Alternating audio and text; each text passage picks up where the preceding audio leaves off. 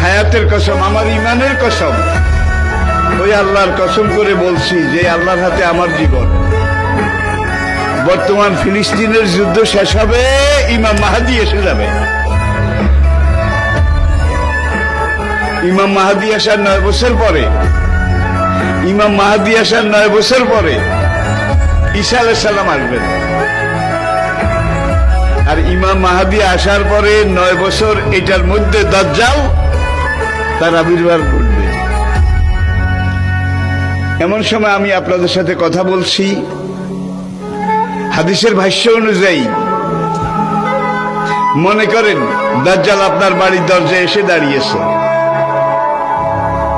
এমন সময় আমি আপনাদের সামনে কথাগুলো বলছি, যেই সময় মনে করেন ইমাম মাহাদি আপনার ঘরের সামনে এসে দুয়ারের কড়া নাড়তেছে। কত কাছে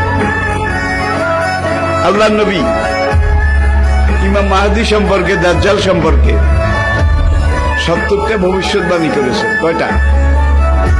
তার মধ্যে 66টা হয়ে গেছে, বাকি আছে কয়টা? এই 4টার মধ্যে কিন্তু ইয়াজুজ মাজুজ বাইরে হবে, সব খাইয়া ফেলাইব। এবারে দাব্বাতুল আরদ কোরআনে আছে, দাব্বাতুল আরদ মক্কা এবং তায়েফের মাঝখানে জমিন ভেদ করে একটা জন্তু উঠবে।